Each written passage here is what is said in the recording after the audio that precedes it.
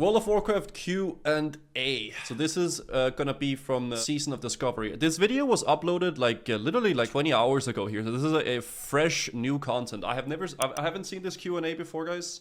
So this is gonna be really fun to see what they're gonna be saying about the Discovery stuff. Let's jump into a Q&A with the Classic team. Please introduce yourselves. Hi, I am Ana Resendes, one of the 2 lead software engineers in the World of Warcraft Classic team. Okay. Hi, I'm Clay Stone, Associate Production Director on the WoW Classic team. Okay. And I'm Tim Jones. I'm the Assistant Lead Game Designer on the World of Warcraft Classic team. Thank you for joining. Let's go straight into the questions now. Our first question is from many players all around the world. Why didn't you announce Wrath Era rounds? Oh, okay. You know, we in the Classic team is the moment where we're having the most offerings we have ever had in the past, you know. We get to have the new season coming up, Hardcore, you can also go to the Classic Era servers, Wrath of the Lich King, and then Wrath of the Lich King is going to be moving into Cataclysm. So when thinking about all these offerings that the Classic team has at the moment, we were very conscious about not wanting to further fragmented the population and where people want to join into this journey. So we currently don't have plans to do so. That said, on the technical side, when we implemented Burning Crusade and Wrath of the Lich King, we were like super focused to make sure that whenever we want to bring those experiences again, it's going to be not such a hard time as it was the first time. Like we implemented it with in mind that it's going to come back at some point. Okay, makes sense. Our next question is from Macaulay from the EU server of Ravencrest. Okay. Can you please share more specifically what is your current idea on the increased leveling speed from 1 to 80? Oh, so this is for Cata, right? So, you know, whenever we bring an expansion like Burning Crusade or Wrath Classic and now Cataclysm Classic, we feel like we have a really good opportunity to sort of reframe that expansion, and that's sort of where the genesis for a lot of our hashtags some changes come from. And so the Q&A is both for Cata Classic and Season of Discovery, guys. I don't know if they're fragmenting it into like 2 sections, but it's gonna be both, basically, yeah. When we think about the leveling speed, when we think about Cataclysm specifically, there's a renewed focus on Eastern Kingdoms and Kalimdor and that level 1 to 60 journey.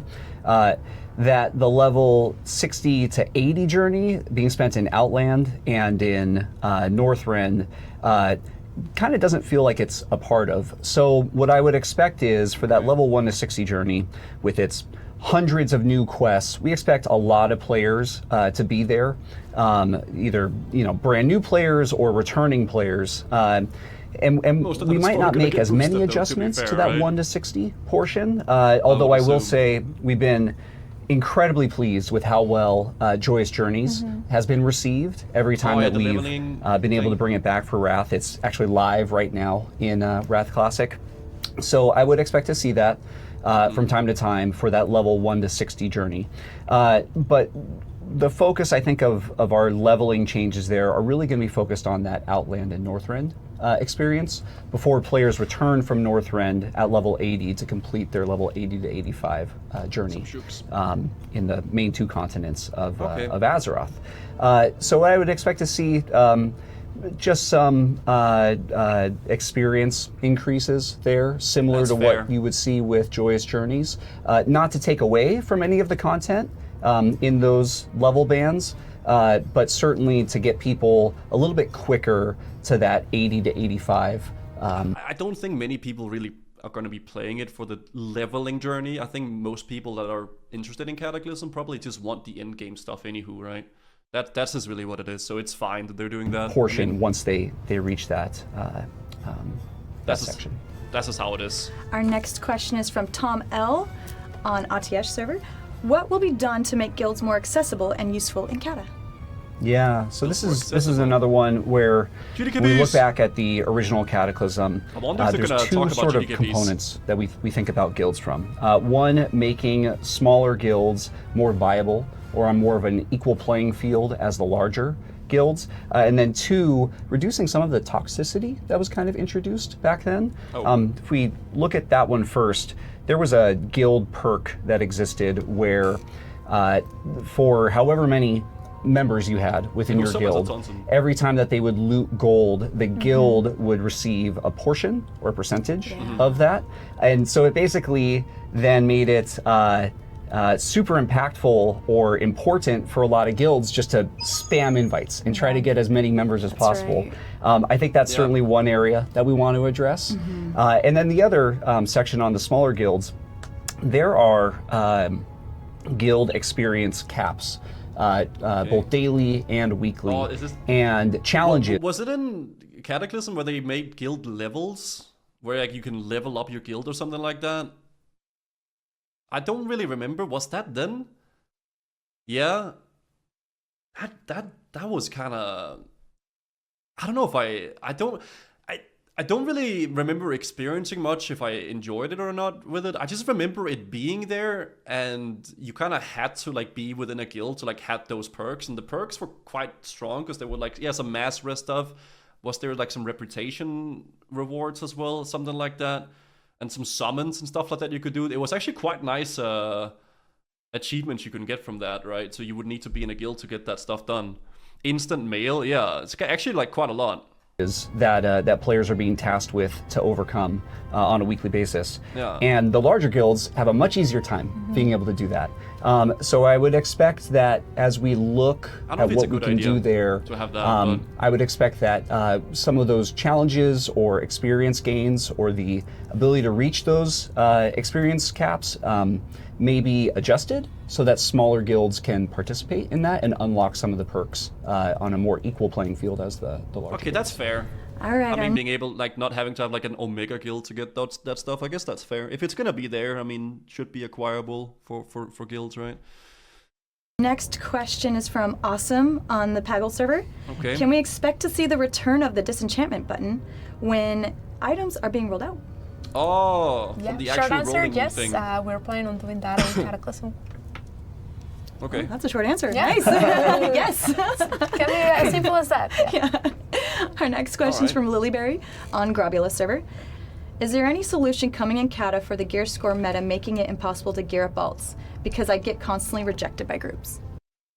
Okay, I don't mean to be that guy, alright? But people are gonna get rejected no matter what, dude. Okay, like gear score or not, there will always be assholes or people that are gonna be gatekeeping raids, okay? Regardless of the gear score or not. It's always been a thing.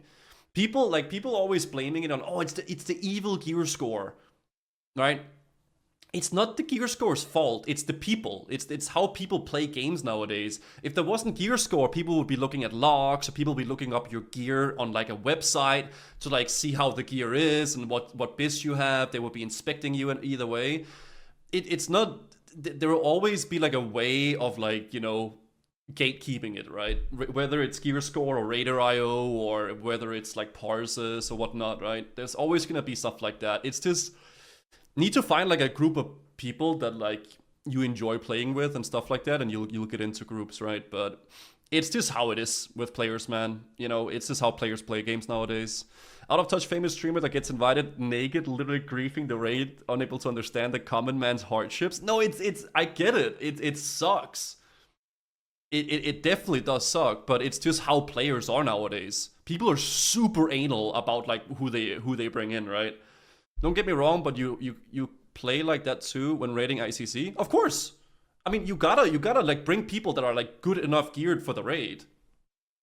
I would say though, in the raids that we have done, we haven't been super crazy with like making sure people are insanely geared for the raids. We've actually been quite lenient with bringing players that are under-geared a lot of times compared to other raids. But yeah, it's how players are nowadays, right? Yeah, there's a lot of content that was both part of Wrath of Lich King Classic, like the Titan Rune dungeon system. It's a mixture of like you want to be respectful for the raid as well, like not bringing someone that's severely under-geared. So like, you know, the raid can still go smooth, right? But you want to find like a good medium where you still vet people and make sure people are geared for it, but don't like go crazy with it, right? Allowed players to continue to explore dungeon groups now through the random dungeon finder. There's more ease for players to get into that and find groups easily. It's really just hard for them to get the items that you need to be able to eventually jump into raids. Yeah, and this is something that we're going to keep something they can monitoring fix, towards. is what I'm trying to say. You know, not just when Cataclysm starts, but also when the pre-patch comes in and a lot of people might be coming back to the game and trying to experience all of the content. So we're going to be looking into it and making sure that we're always on the looks of finding ways that it could potentially ease that. Like as Tim mentioned, the Titan Rune dungeons is kind of an idea of that, and there's always like different steps to get there. We know that Titan Rune dungeons, we acknowledge that they might be a little bit of a steep step for a newer character, so you can always start, your journey going into normal dungeons or the heroic versions eventually, or through PvP and getting some gear so you're ready for those catch-up mechanics that we have, like the Titan Rune dungeons. That will be coming into Cataclysm in a different I think it's form. fine having some catch-up stuff Our like next that. question comes from SageMan1923 on the Classic WoW subreddit. Sag. Sorry, it's just the way that she said it was kind of funny. Could we possibly get a roadmap of the future level caps? Could we possibly get a roadmap of the future level caps? Yeah, so Season of Discovery and the level caps. This is interesting. I guess just to recap sort of what those level caps are, we're starting at level 25. Yeah. After level 25, we're going to raise the level cap to 40. Makes sense. We're going to raise it to 50. Yeah. And then we're going to raise it to 60, and of course have all of the end-game content after. That's what I figured, dude. It makes sense. 25 to 40. The 40 jump, there's going to be like a lot of cool raids at level 40 you can do. Also, Scarlet Monastery for one, by the way. Which they already kind of teased, and you have the mount, right? So that's a big cap as well. 50 is a really good cap as well, because you have Moraudon, you have Sulfurak, I guess, a little bit earlier on, and a lot of really interesting dungeons too, and then obviously, level 60. So I like that. I think that's a really good range of levels. Uldaman as well, yeah, Uldaman, true. But that's dope. I like that. 60. When we think about the timing for those, we're not ready just yet to say when they're coming. There's an element of flexibility in there that we want to be able to maintain. Part of the inspiration for this was back when the original Classic beta was live prior to its launch in 2019.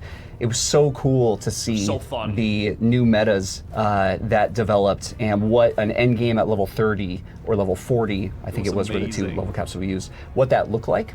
So when we think about the roadmap and the timetable for when we'll be increasing these level caps for Season of Discovery, we really want to give enough time for that meta to develop and for players to be able to experience that end game at each of these level caps. So you won't have to wait too long, but we want to give it a little bit more time to see, how the first one at level 25 performs, and kind of use that as a basis for when we want to start moving on to the next ones. I like that. That was good. Next question from Asadai on the Crom Crush server. Will content from previous level caps remain relevant from chapter to chapter as the level cap is increased? Absolutely. They follow. The beauty of making level up content is that we're adding new things to the outdoor world, and even as phases progress and people jump in that weren't playing in phase 1, or people making alts because they can't wait to see what kind of runes that other classes have to offer, they're going to be leveling through Azeroth again, and the new content, the new rune discoveries that we added to zones all throughout the world, people get to experience that. So that will definitely be relevant content to the level up experience all throughout the lifespan of Season of Discovery. We also hope that the content like our level up raids, that people feel comfortable incorporating those into their level up journeys. So if you're in phase 2 or beyond and you can get a group together in your mid 20s, then why not run Black Fathom Deeps a couple times, get a couple great pieces of gear and use that to help level yourself up. Okay. Get one of those new items that we're creating.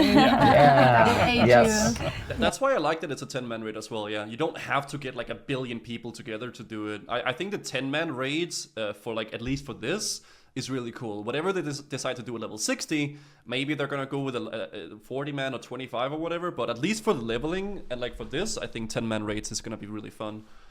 So yeah. All right, our next question is from Malzar with the guild Jolly Roger.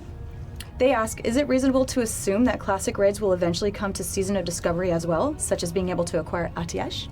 Yeah. So yes, absolutely. So many of those raids are so iconic. We absolutely want to include them. Oh, that's fair. I think at this point, thinking about the Season of Discovery twist on everything, it's possible that they could also come with some changes. When we think about that, we think about some of the work that we did on Season of Mastery as kind of being within the realm of adjustments or additions that we might make to them. But on the flip side, we're still discussing it, and we recognize that players' characters that'll be coming to each of these are going to have access to tons of new abilities, and that's kind of going to bring a fresh spin on these raids as they. I don't really think they should change the original raids, at least not the raids that we had, but like I like they should focus on making like new raids. Like I like that I like the thing that they did with the BFD, then turn the dungeon into a raid. I thought that was really cool. And I also really like that they're trying to do new content, right? Like new raids and like new dungeons. I think that's where the focus should be at the end game, right? Keep the original raids in, obviously, but focus on making new ones, right? I think that's gonna be the big juice, personally. But yeah. Exist without any changes or additions. This is okay. So something that we're still in discussion on, but the raids will absolutely be there. Maldezer has a second question, and they ask, are there any plans to introduce any new legendary items for Season of Discovery, such as the original Ashbringer or Frostmourne? It's a big maybe. I think we're so excited to explore sort of the unfinished storylines or quests that abruptly ended, like what's behind the gates of Timbermaw Hold in Azshara, or dude, I literally spoke with him about this, man. I don't know when they did this interview. I had such a long talk with Tim and Josh about this, and we were speaking about exactly that. M0RX for gifting 5 community subs. Yo, Tremor, thank you for the 5 subs, man. Thank you so much. We spoke exactly about the Furbolg stuff up in Azshara. There's a big wall with a bunch of Furbolgs like guarding it and stuff like that. And because I think that could be sick, man. If they open up that gate and then there's like a raid in there or like a city or something you can explore for the first time. Oh, dude, it would be so sick. And for the Shade of Aranicus gem abruptly end in Winter Spring, we're super excited to explore continuing those storylines or quests when it's appropriate and when it is respectful of content that was eventually explored in future expansions. Yeah. Our next question comes from Sir Thunderpaws on the Classic WoW subreddit. What are you going to do to address gold inflation, gold buying, and botting? Oh, okay. Sir Thunderpaws. Yeah. So this kind of activity and the impact that it has is incredibly important to us. Not just as developers of the game, but also as players of the game ourselves. So it's something that the team is incredibly focused on. She does not like talking about almost this. nonstop. When we think about this, and we think about the tools that we have at our disposal, it gets challenging to get into specifics on it, because the more that we talk about it and the more that we talk about how we work on this or the areas that we work on to help address it, the more self-defeating it can become because of that level of insight that we're giving into it. It's one of these moments where, like, I don't know what he's talking about anymore, but he's getting to the point. Say that he's getting to the point. I'm sure some players have noticed the occasional instance where an instance might close for a little bit with not very much warning, and then may Yeah, we have seen a lot of classic hardcore players dying because of that. Yes, we have. That I think should be fixed now, though, but we have seen a lot of that happening. Open. Those could be areas where some of our team are making some changes due to some activity that we've seen in those spaces. Well, that's good. I think part of the challenge really is that communication problem that we come across. We're trying to find ways to be more communicative about our efforts. One of the things that we started doing several months ago is working with our community team to post the monthly number of accounts that have been actioned to kind of give some of that visibility into the work that our team and our partner teams are doing in this area. I think bottom line, we recognize that this is a battle, and we recognize that it's a battle that's not going to stop, but we are up to the challenge. This is one that we are not going to stop fighting. The team. Yeah, I think as well. It's also like, how much do they want to say that they're doing with it? Because like maybe they don't want to like say specifically how they're doing it, because then it's got constant back and forth for it. But I've seen they've been like doing those ban whatever the heck when they show how many people they've gotten banned and stuff like that.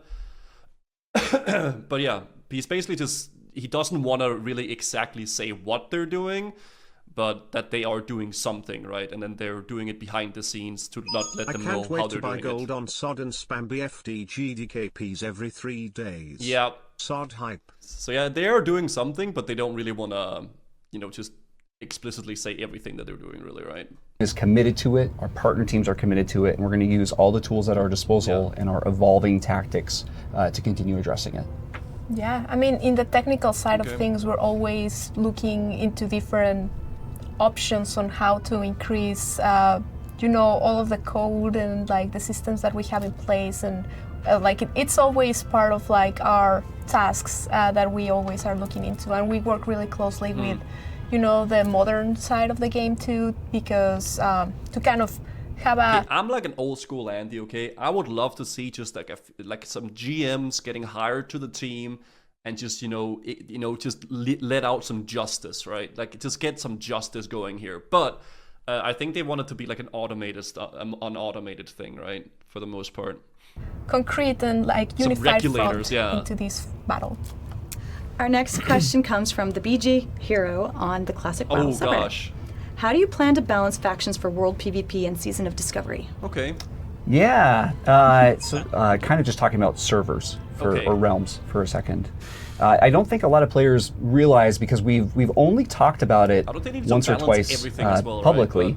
But when we were developing hardcore realms, we were actually able to develop quite a bit of technology and new methods to raise the realm caps for the number of concurrent players that we can have connected to a single realm at a time, quite substantially. So when you look at the number of realms that we launched with on hardcore, it may seem like there's only a couple, but they can actually hold a far greater number of players at a single time than we had ever previously been able to achieve on previous classic realms. I like big servers personally. I think that's good personally. So that's certainly something that we want to employ when it comes to Season of Discovery. It's kind of like we want to do as few realms as possible while still being able to get everybody in who wants to play. Now that being said, I'm also not an engineer, so Anna, I don't know if you want to talk a little bit more about that or about the PvP side of things and how that's going to. Yeah, I mean, we hope that with these, the population kind of regulates a little bit more, knowing that like with less options to choose from, we have seen this in data before, right? When there's not as many servers to choose from the beginning, kind of like the faction. Dude, everybody always goes on like 1 or 2 servers anyway.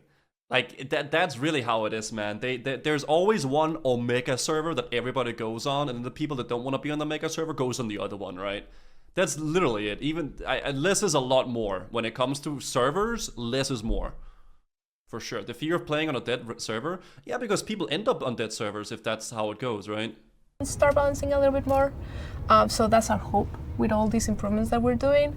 The other thing too is that the World PvP event that it's currently being developed, well, actually it's ready to go for level 25. It actually doesn't start until both factions get to a certain threshold.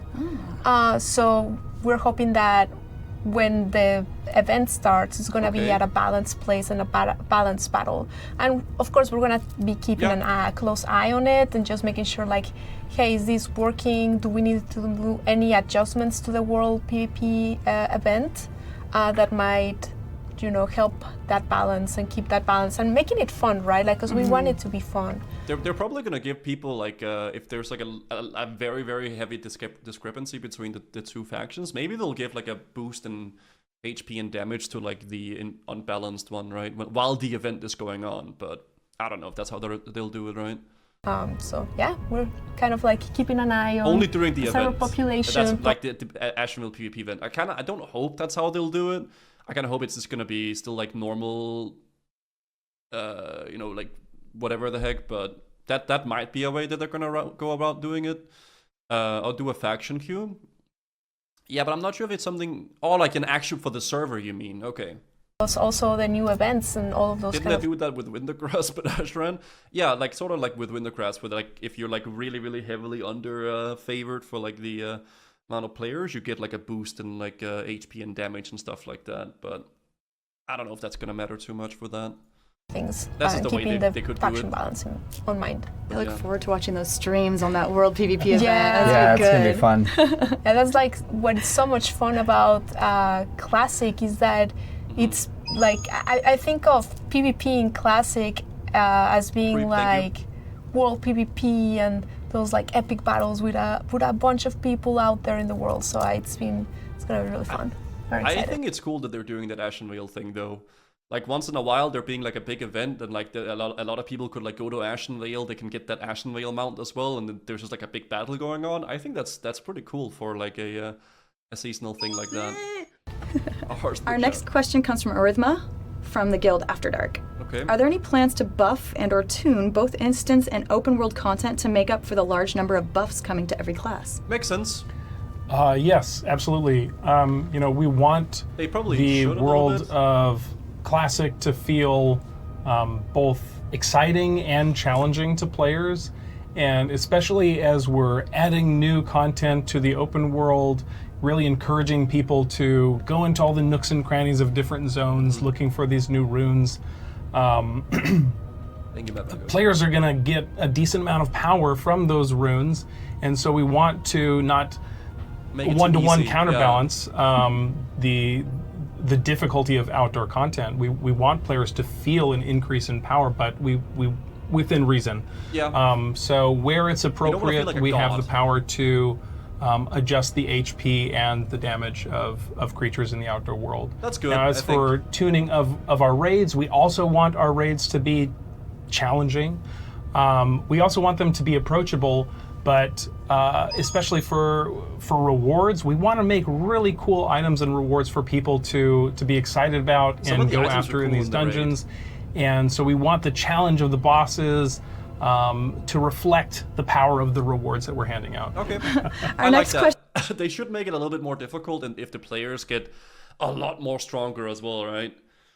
Defias Pillager buffed, at least it isn't hardcore. Imagine some Defias Pillager just like throwing like 150 damage fireball, man. Jesus.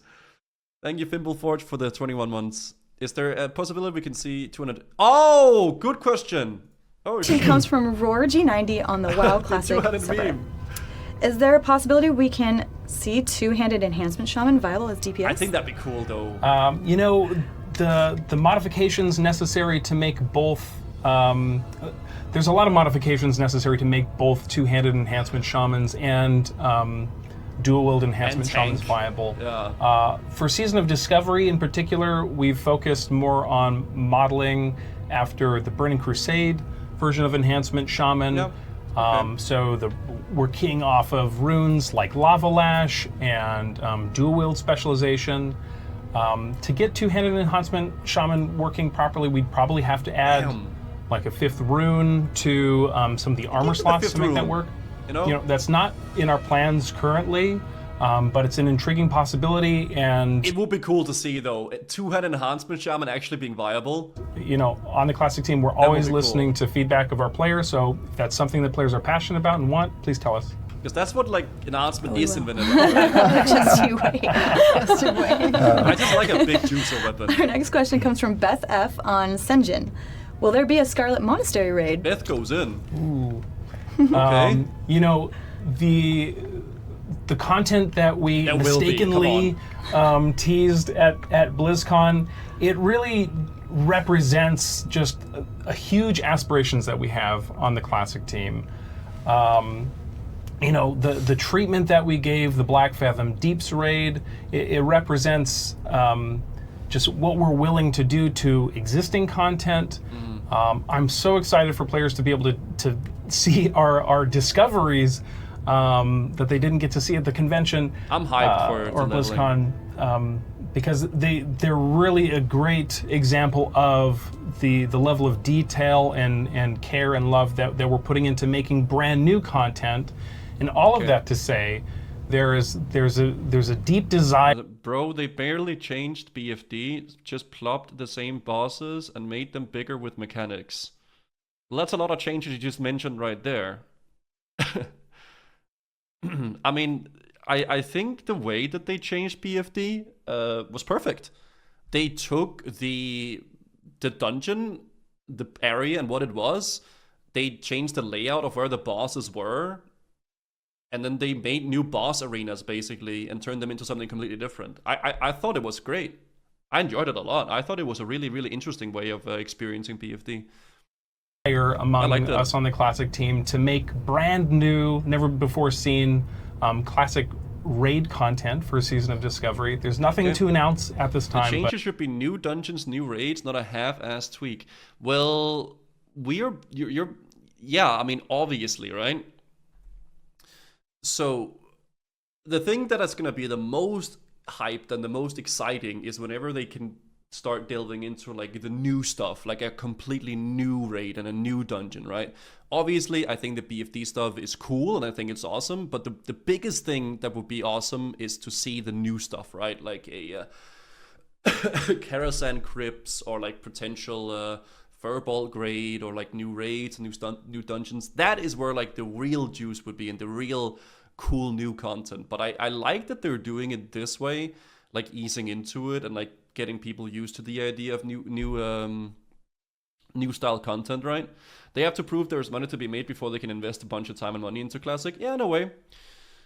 Yeah, this is the entire Classic dev team, by the way, chat. These three people right here. So, oh, and Josh as well, right? So, but I think overall it's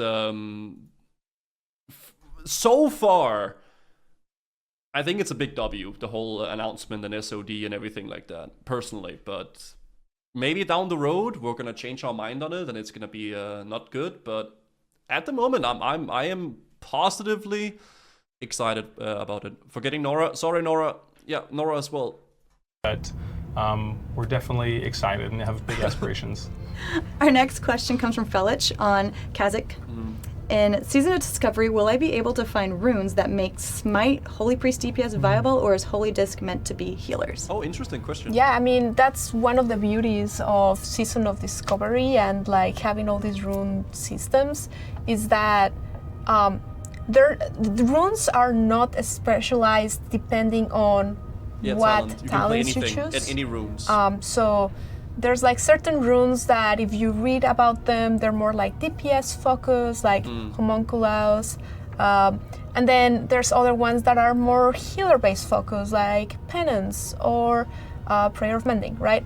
But the idea is that you can mix and match them all, right? So you can be a disciplined priest or a holy priest and go and pick the more on the shadowy side, on the DPS side, and there's nothing stopping you. So you can go and still heal with your abilities, but then also pick some of the DPS ones and still have hybrid, the same ability as them. And on the opposite side too, right? If you're playing a shadow priest, maybe you also want to have a penance here and there and like play with it, and maybe you're even more of a hybrid of a healer / DPS. Our next question comes from Marcos from the Guild From the Ashes. I heard on a stream that with Season of Discovery, the sky is the limit. If so, what is the most radical change you'd be willing to implement? Okay. Good question. That's a great question, Marcos. You know, we really want to double down on the philosophy of the world as the main character in Season of Discovery. And, you know, the beauty of getting to work on level-banded content phases as a designer is that we get to focus on one section of the game at a time as it's relevant to players while they're leveling up. Yeah, I think that's cool. And whether that content, you know, manifests itself as outdoor world PvP or new world bosses, new rewards, new contests, we're gonna do our best to figure out where that content fits best within our new level-banded content phases. Okay.